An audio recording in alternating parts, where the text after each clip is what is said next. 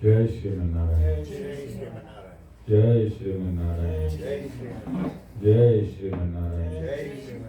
I pay my obeisances to my spiritual master, Srimad Jagat Guru Sudarshan Acharya Maharaj. I pay my obeisances to Lord Sri Ramanuj. I pay my obeisances to our Purva Acharyas. I pay my obeisances to our 12 Alvars. I pay my obeisances to Mother Lakshmi, and I pay my obeisances to Lord Sriman Narayan. I welcome all of you here physically at the Sri Narayan Dham in Durban, South Africa.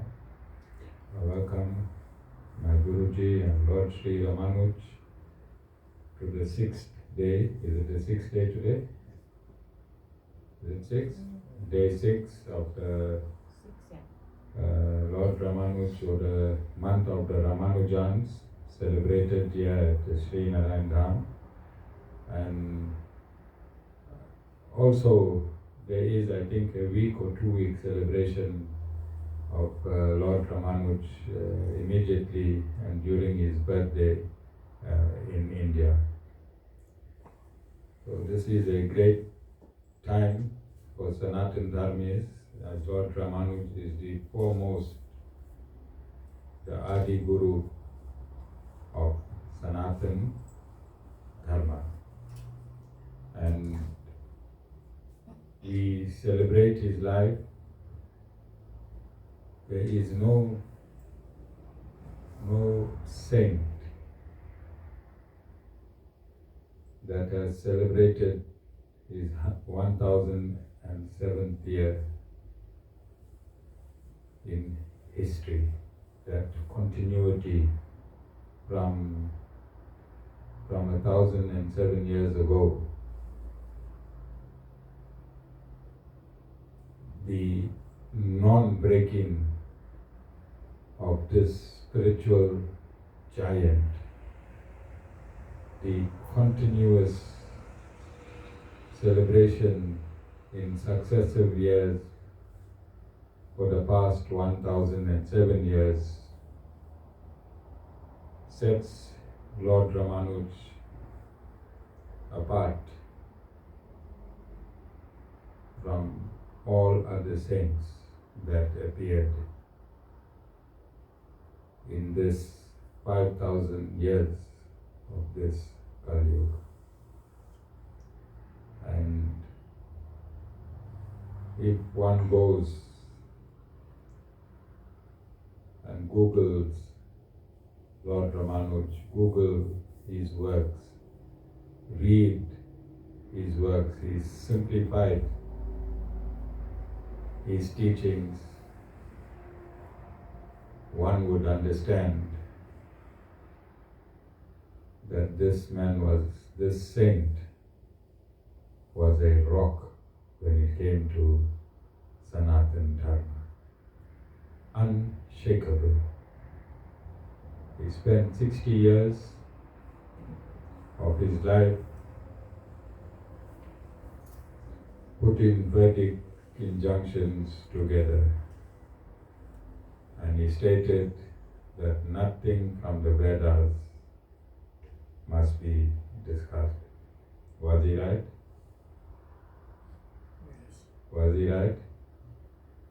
If the Vedas is the essence of the Supreme Personality of Godhead, Lord Sriman Narayan, can you discard any aspect of his essence? Has anyone got any right to cut out any aspect of the essence of the Supreme Lord? No.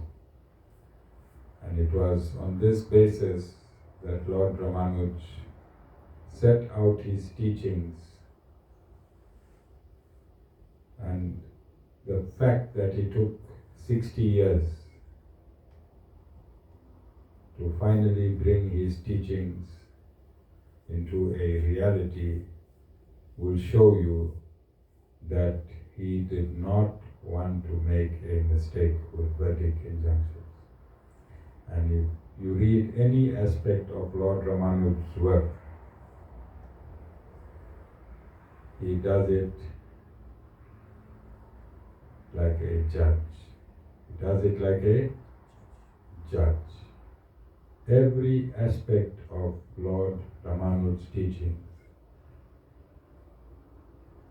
has one or more quotations from the Upanishads, from the Vishnu Puran,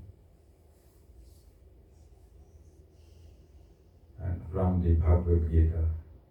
He also quotes quite considerably from the Ramayana and the Mahabharata. So whatever you read in, and whenever you read in Lord Ramanuj, he describes a Vedic injunction and he seals it with a quotation, either from the Upanishad, the Bhagavad Gita, the Brahma Sutras.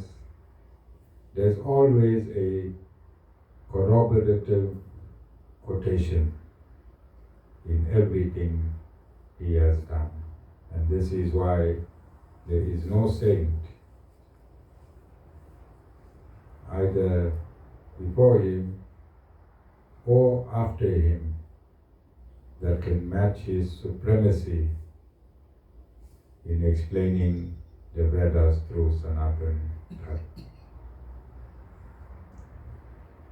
So the Upanishads has three types of understanding. And one set of people will understand A, another type of people will understand B. Those that understand A will discard B, and those that understand B will discard A.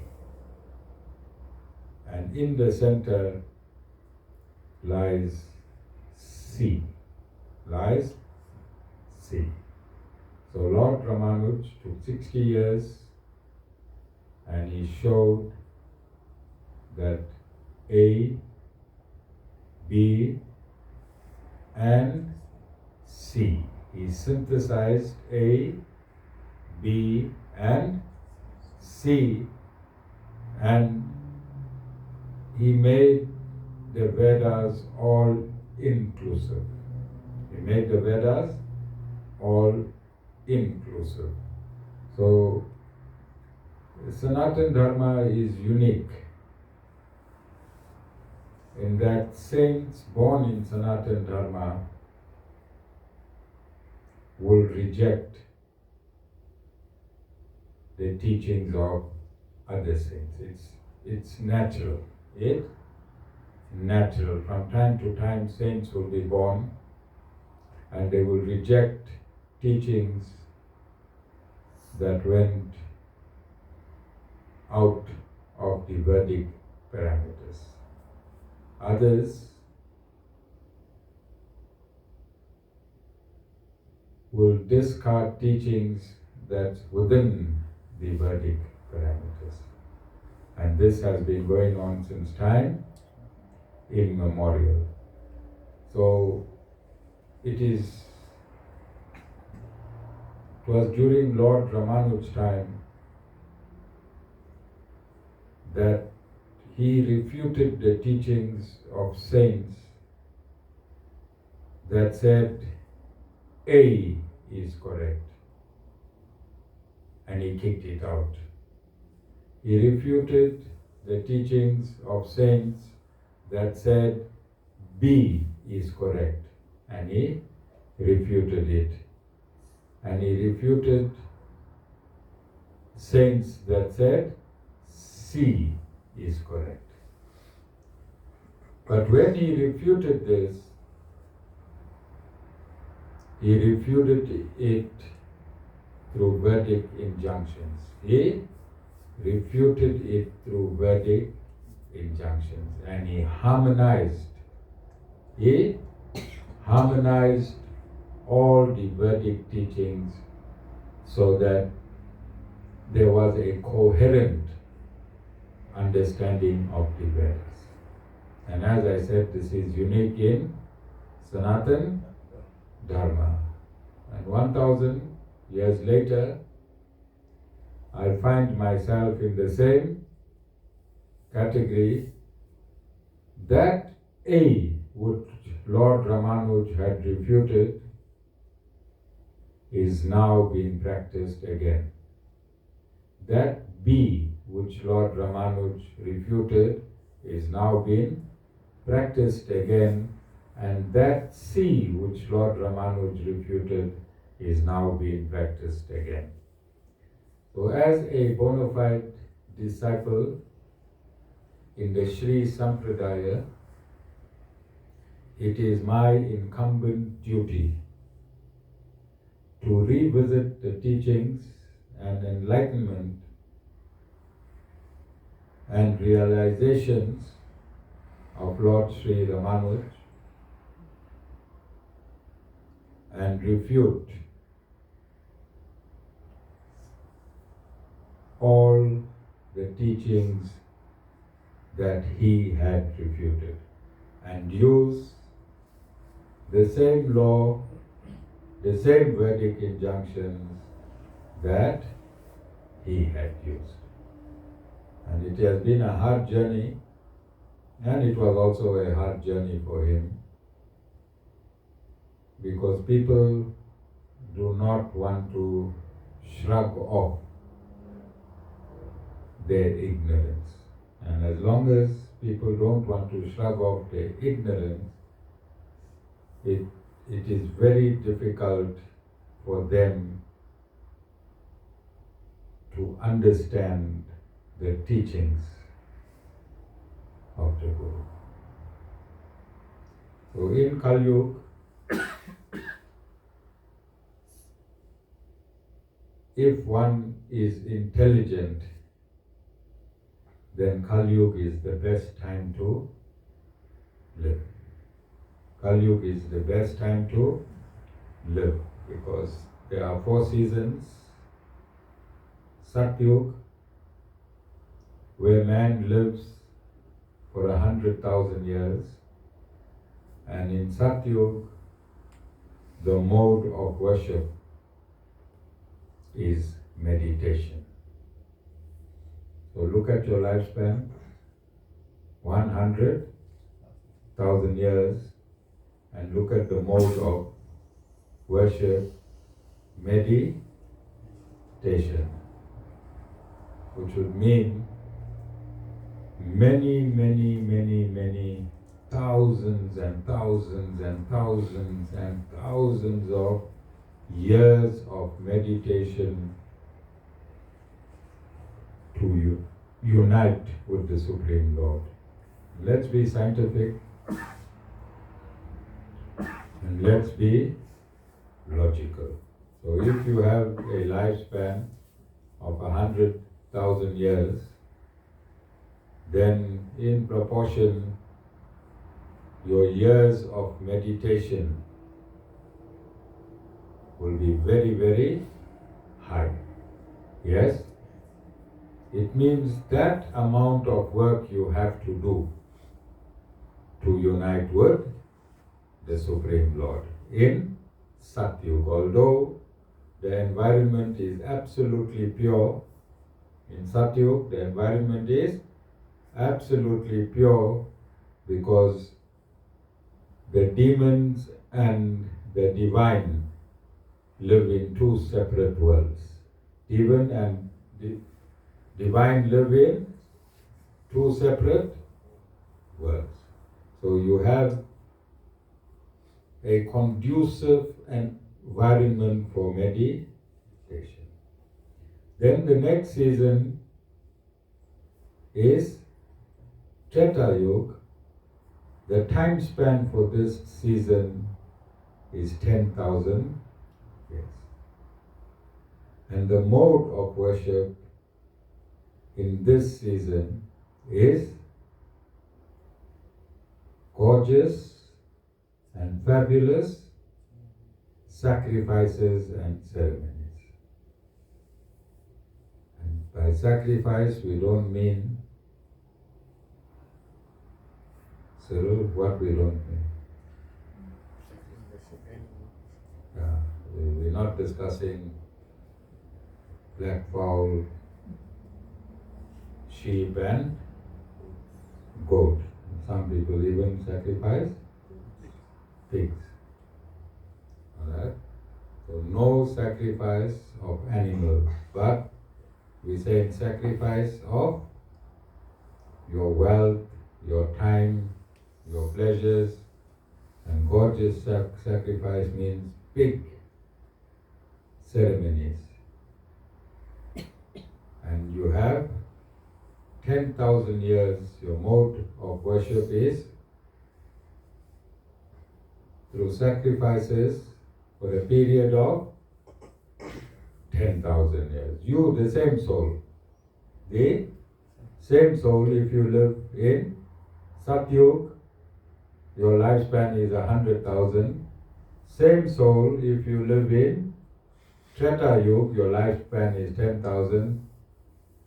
Same soul, if you live in Dwapara Yuga, your life is 1,000 years. And the mode of worship in Dwapara Yuga is deity worship in the temple. So, in Kali Yuga, the same soul is now living for 100 years. So I want you to think scientifically, I want you to think logically, I want you to think mathematically.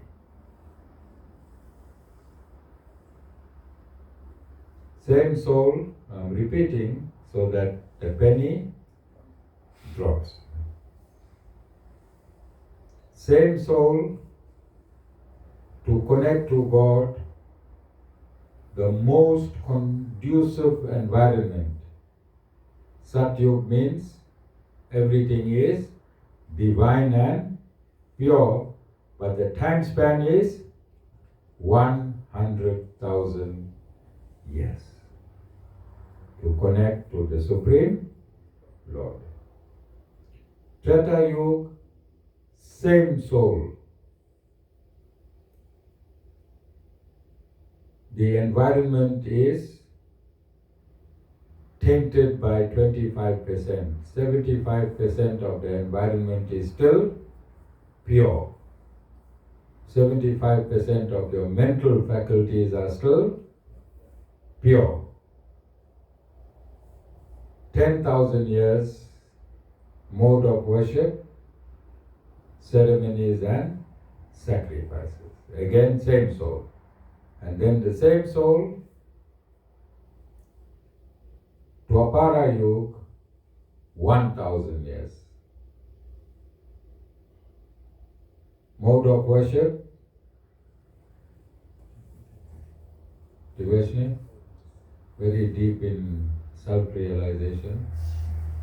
She's floating through all these yugas. Devotion, which yuga you are at the moment in whilst I'm talking to you?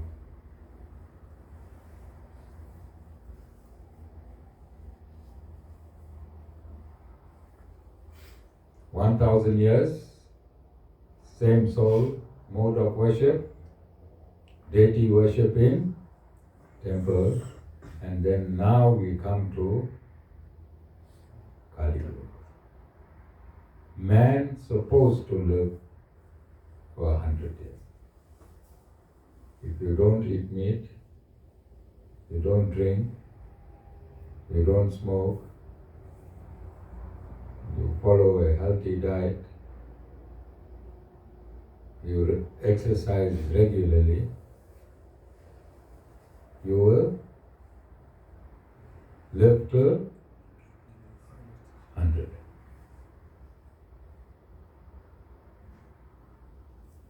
You have seen people that live to 100. people that worked on the farms, that worked hard in the life, they pulled almost 100. So, logically,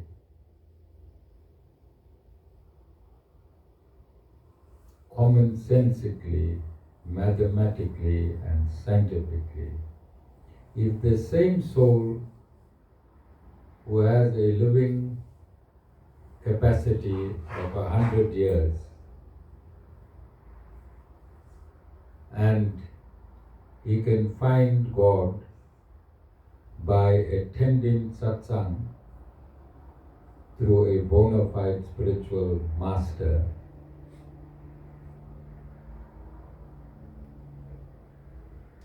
which way would you choose?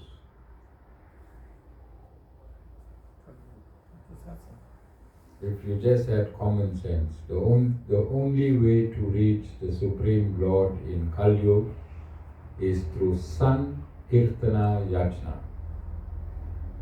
San Kirtana Yajna. What does San Kirtana means?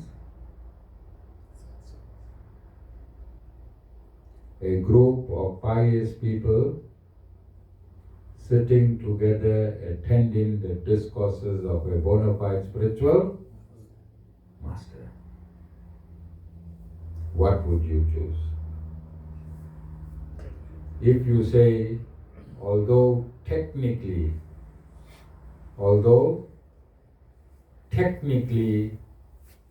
Kali Yuga is 75% negative or demonic, technically,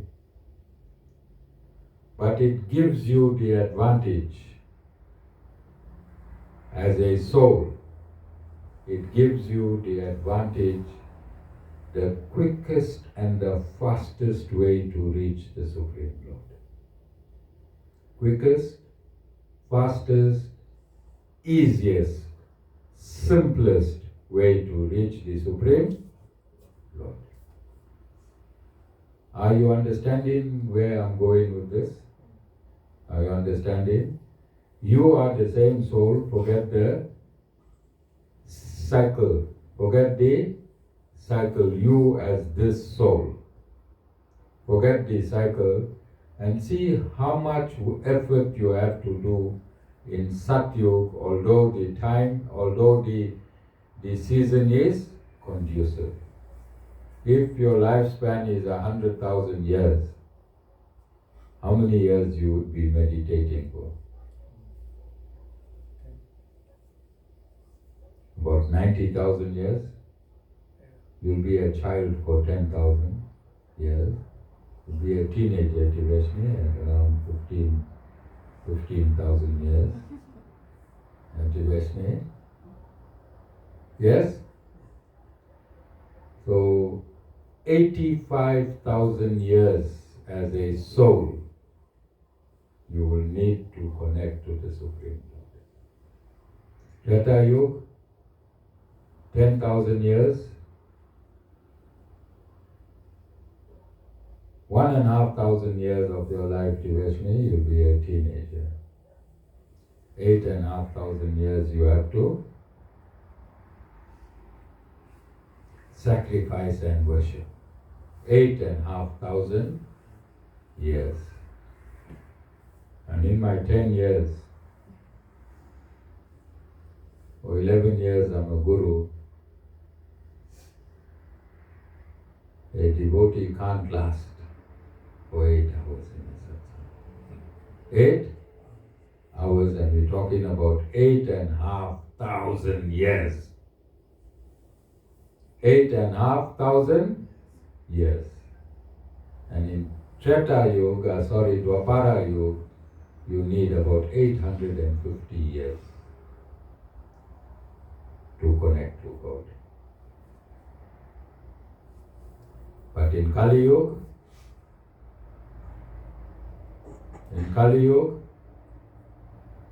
all you have to do is attend a satsang.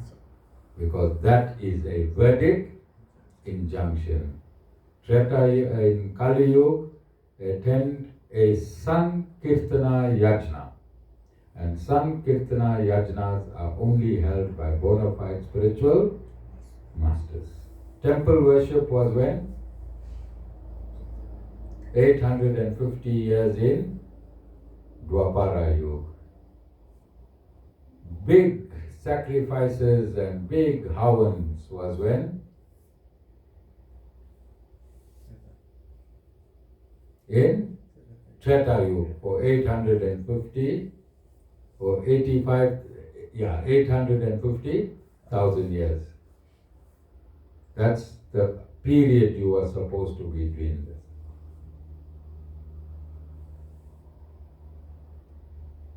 And meditation was supposed to be done in Satyug for 850,000 years. But here in Kali Yuga, the only instruction is attend a Sankirtana Yajna of a bona fide spiritual master and you will connect to God. You will connect to God. Easy? Simple? Is it a verdict injunction? Who is saying this? Is the Guru saying this? Who is saying this? Where is he stating this? Which scripture? Sri Ramanuja Gita Bhashya.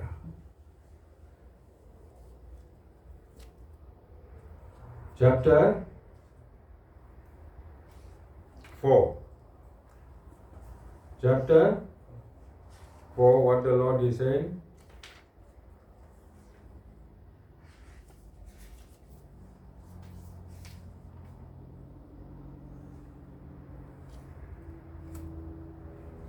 I lost my glasses in Pretoria last week Friday. Last week Friday, this time I was in a 6 to 6 interfaith prayer outside the Union building in the ice cold. This time was ice cold. Can you imagine 4 in the morning? Can you imagine 4 in the morning? Dana wants me to see through his glasses.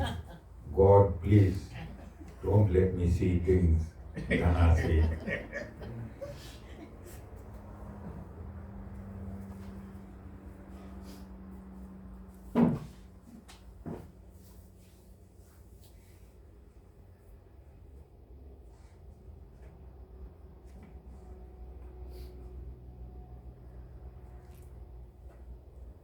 So it starts at verse 33, and I'm going to read it.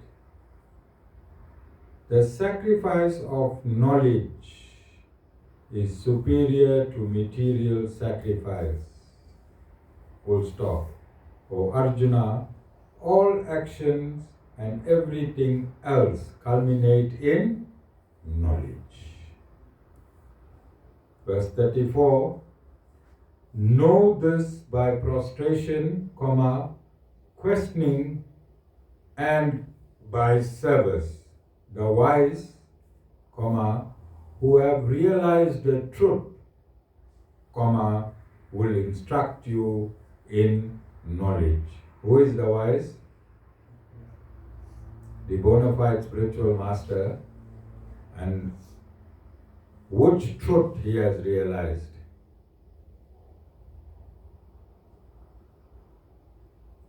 What truth he has realized? Sorry? He has realized the Supreme Lord, because he says, will instruct you in knowledge. What knowledge is he talking about? Spiritual knowledge which will lead you where? To self-realization. Before you can know the Lord, you have to know yourself. And who are you? Devashni, who are you? Yes, Devashni, what's your age now? 19. Devashni is 19.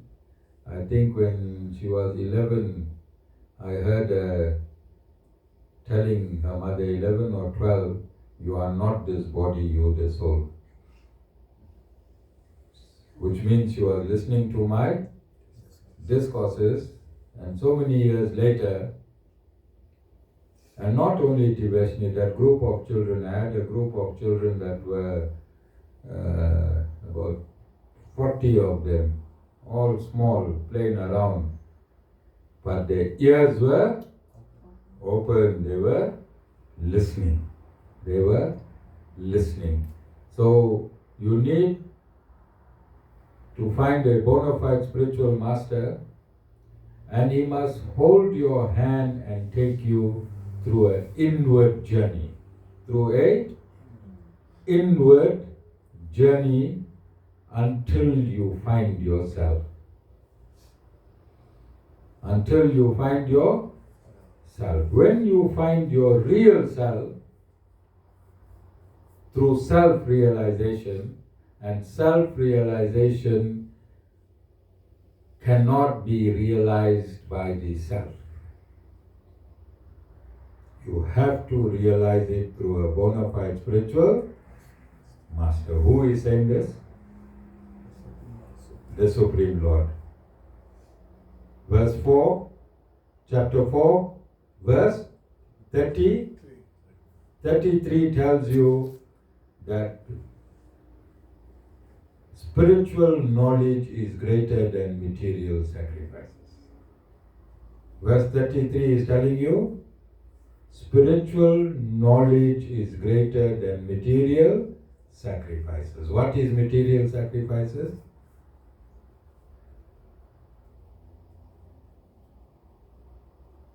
Going to the temple, 3 kinds of fruit, half a liter milk. How much is the milk you should take, Nilendi? 1 pint milk? No milk. Okay, Nilendi didn't refuse to take milk. Alright? Sweet meats. Then you go into the temple. This is called material sacrifice, yes? You're sacrificing your time. You go into the temple, in a big thari, you put in a whole lot of fruits, milk, prasad, coconut. Lord Krishna is saying spiritual knowledge is greater than that material sacrifice. Then in the next verse he goes on and he explains quite clearly, and his instructions are, know this by prostration. Lord Shri Krishna is saying, know this by prostration. When the word prostration enters your faculties of thought and discernment, what do you picture? The word prostration, what do you picture when the word prostration enters your mind? Give yourself to the Lord. One who prostrates, what becomes of his character? Humility. Humility. So the Lord is asking you, very, very first instruction, humble yourself. Then the next instruction is by questioning and service. Questioning and service. What type of questions?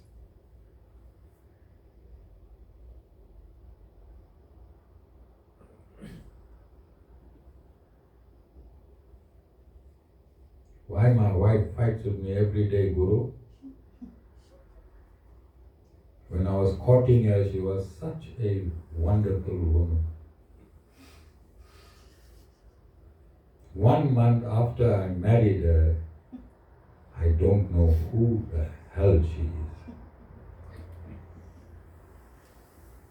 That type of questions?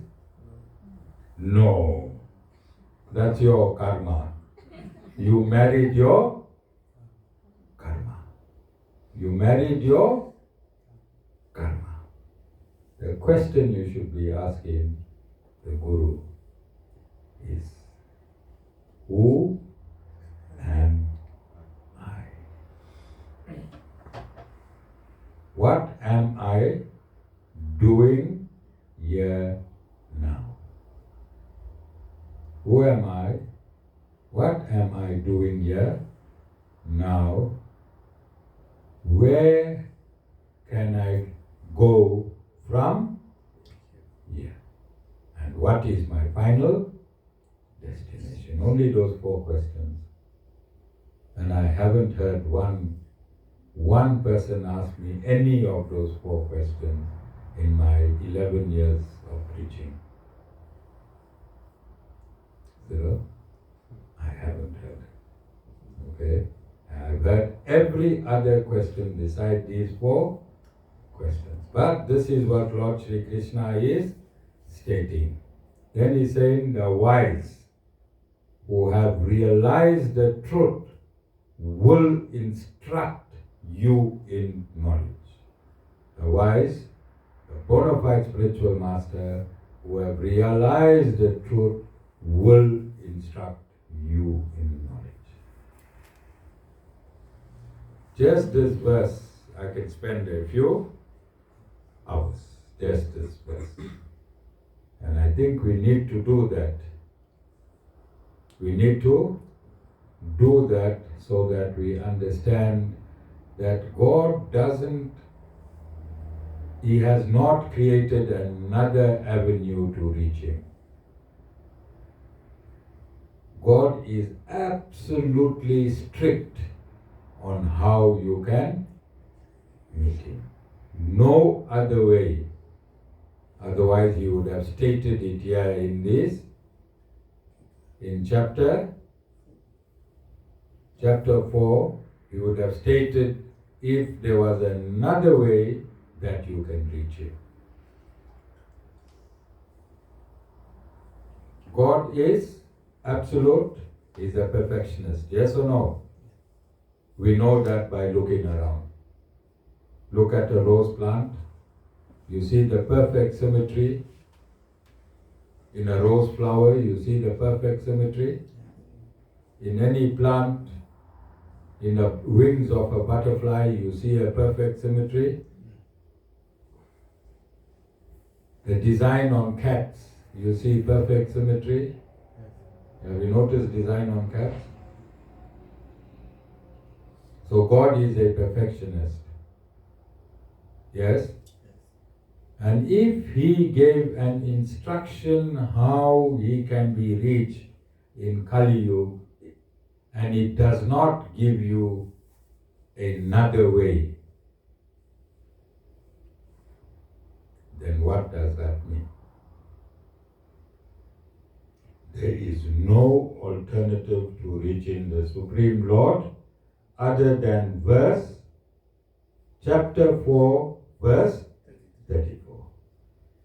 Which means that the Lord is saying, in order to find me, you have to humble yourself, you have to ask the Guru questions, you have to serve the Guru. You have to serve the Guru, for He has realized me. And He will give you knowledge on who I am. You understand?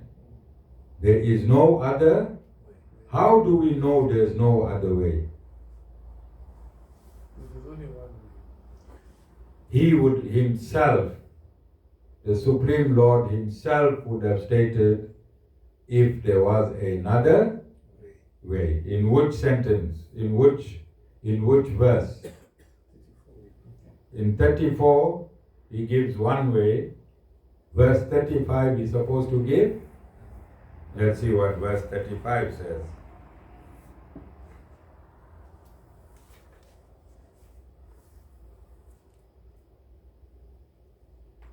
In 35, he reinstates verse 34. And he says, knowing which, O Arjuna, you will not fall again in delusion this way. By that knowledge, you will see all beings without exception in yourself and then in me. So, guaranteed, verse 34 is for self-realization. Once you realize yourself,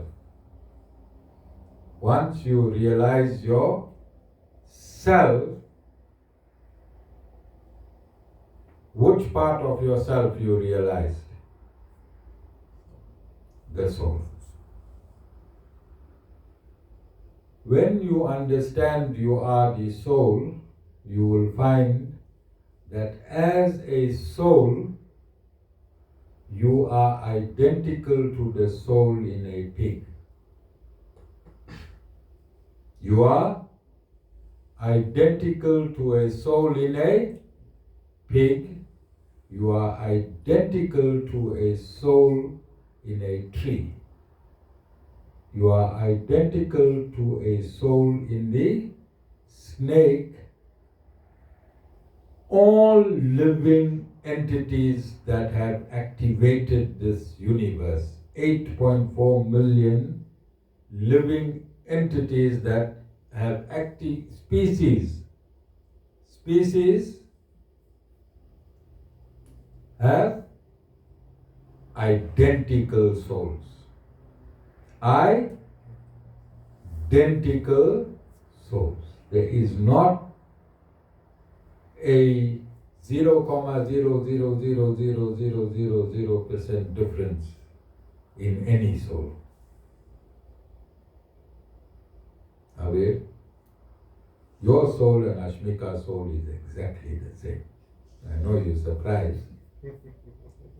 You are soul mates.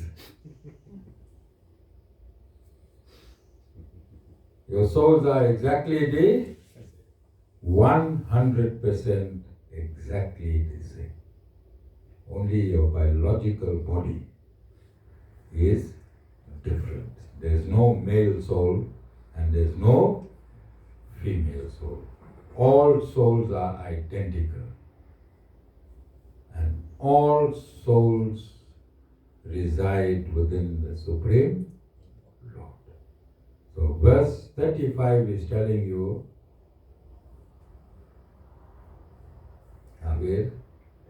in your context, that your soul and your wife's soul is the, so no need for any fighting, no need for discord, no need for arguments. Why? You're the same. You're the same. You can't win, neither can she win. There are no winners when everyone is equal. Are there any winners when everyone is equal? I'm sure tomorrow morning I'm going to see a beautiful TikTok snippet of Ashmika's guru. I love my guru.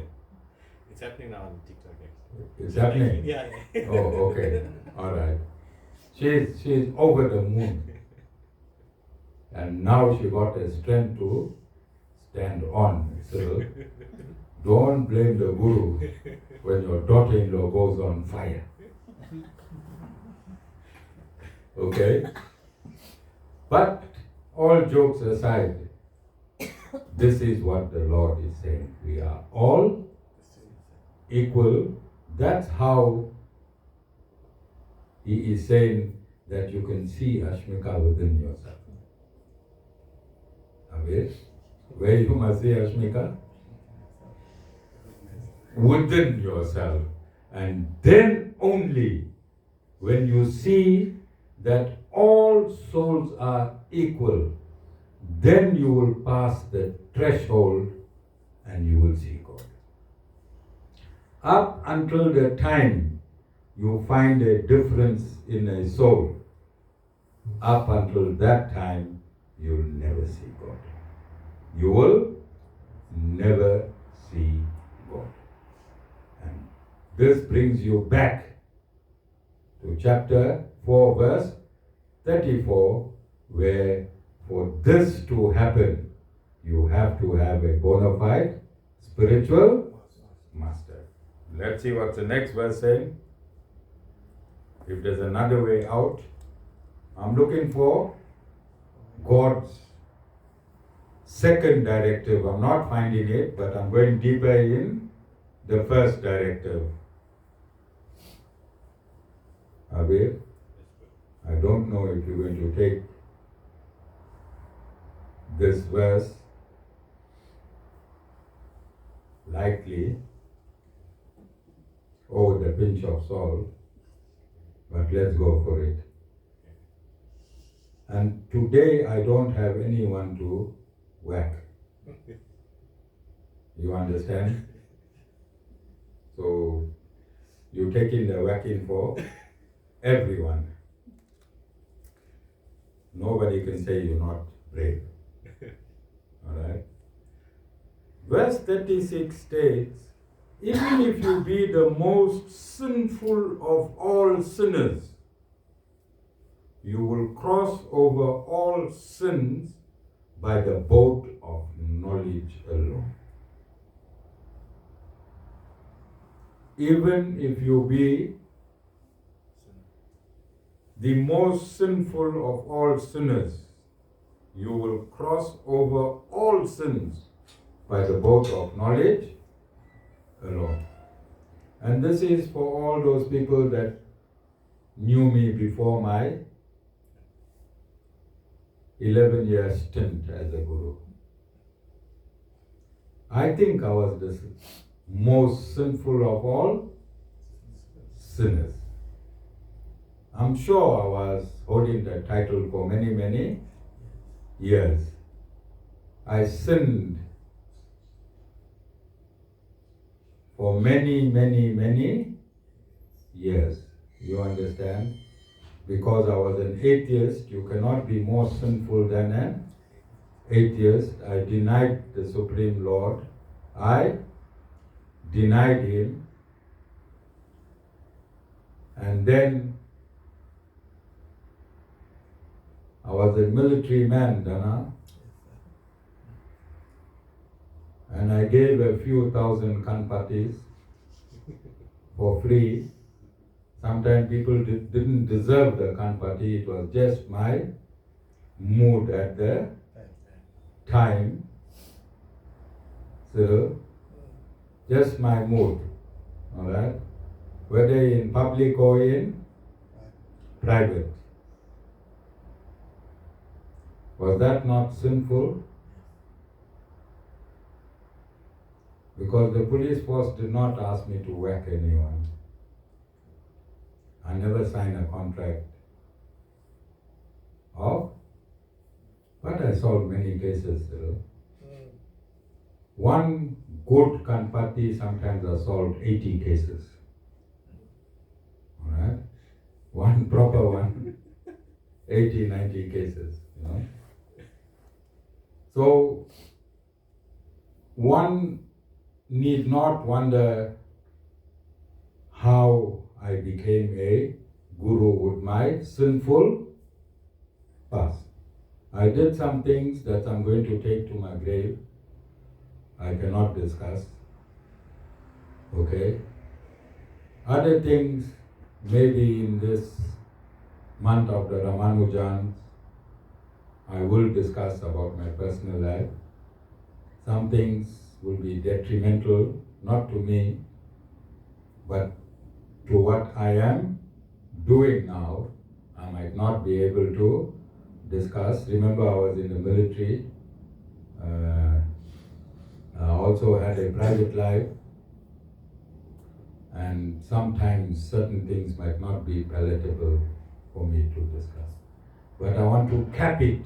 I want to cap it and declare myself, before I became a guru, spiritually as the most sinful of all sins. So with that capping, Navid, I don't know how much you want to join me in that category. Then there's verse, for me this is the most important verse. For me, personally, this is the secret of the Bhagavad Gita. But following from verse 33, 33, 34, 35, 36, 37. Just as burning fire turns fuel to ashes, O Arjuna, so does the fire of knowledge turn all karma to ashes. This is the most important verse. So let's sum it up. The only thing that can make you spiritual is knowledge.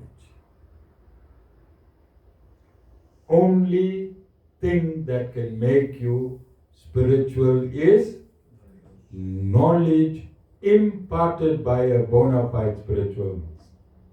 You can't read. You can't take my videos and become spiritual unless it is ordained by me. Unless it is ordained by me. If you want to become spiritual, then this knowledge, and I want to explain it in conjunction with the soul. So the closest description you can get of the soul is that the soul is consciousness. The entire entity called the soul is pure consciousness.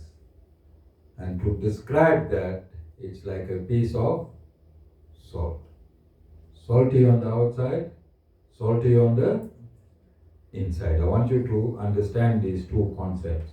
Salty on the outside, salty on the inside. Meaning that the soul has consciousness on the inside and it pervades on the outside. And this consciousness is called there's two types of consciousness. Substantive consciousness, which is inside, and Dana, I've been teaching you all a long time. Substantive consciousness and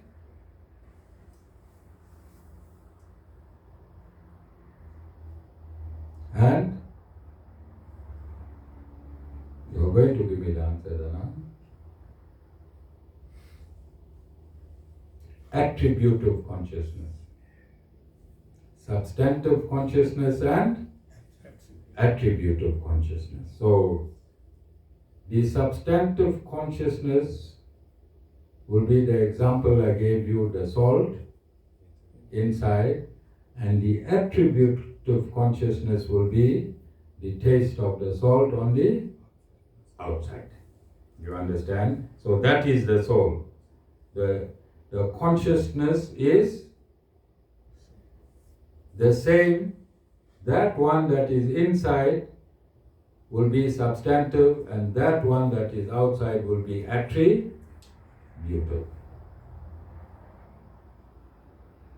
So all your karmas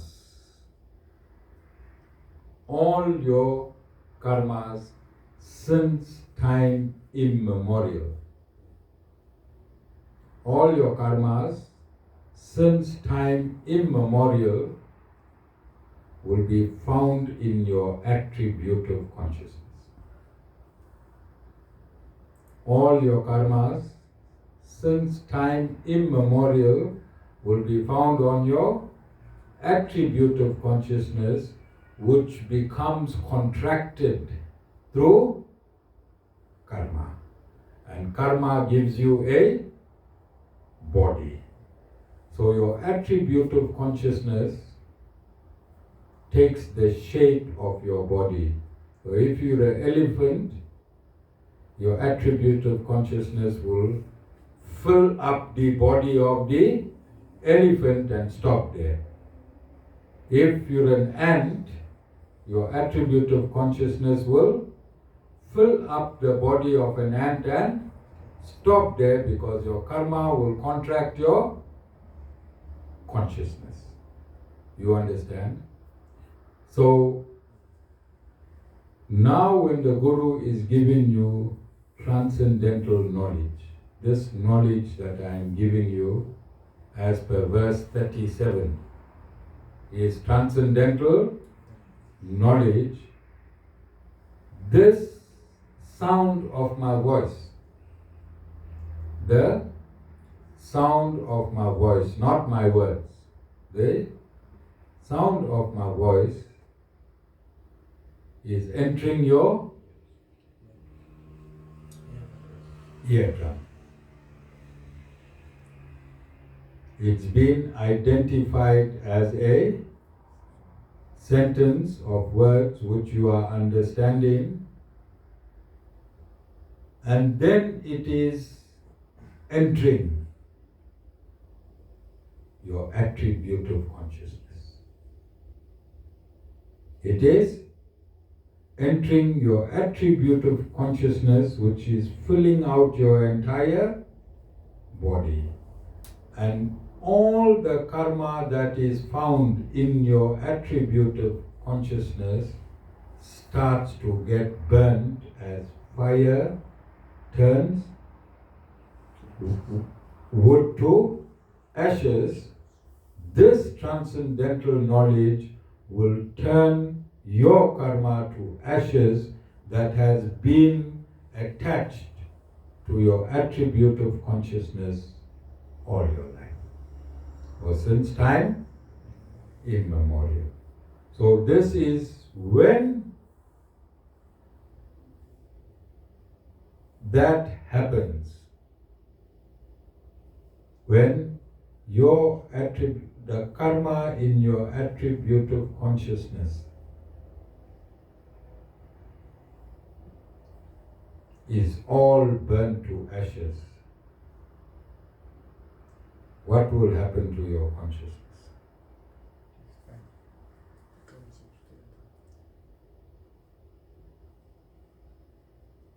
What will happen to your consciousness?